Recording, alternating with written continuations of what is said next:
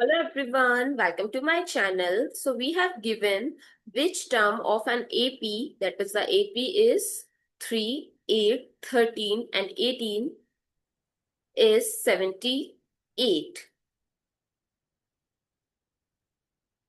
So what is given? AP and the target value 78. So we are going to use the formula of nth term of an AP, that is an is equals to a plus n minus 1 into d, where a is the first term and d is the common difference. So a is 3 and d is 18 minus 3, that is,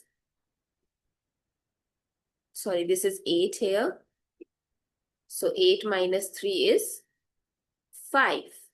So let's put the value in the formula. So an is equals to 3 plus n minus 1, d is 5, and the an is the 78. So 78 is equals to 3 minus 5 is minus 2. So 78 plus 2 is equals to 5n.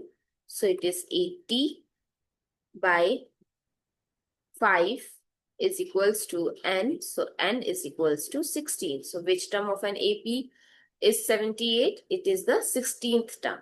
I hope it's clear and you find it useful. So don't forget to share your feedback through like, share, comment and subscribe to my channel. And if you have any doubt related to any math question, you can comment down below. Thank you so much for watching this video.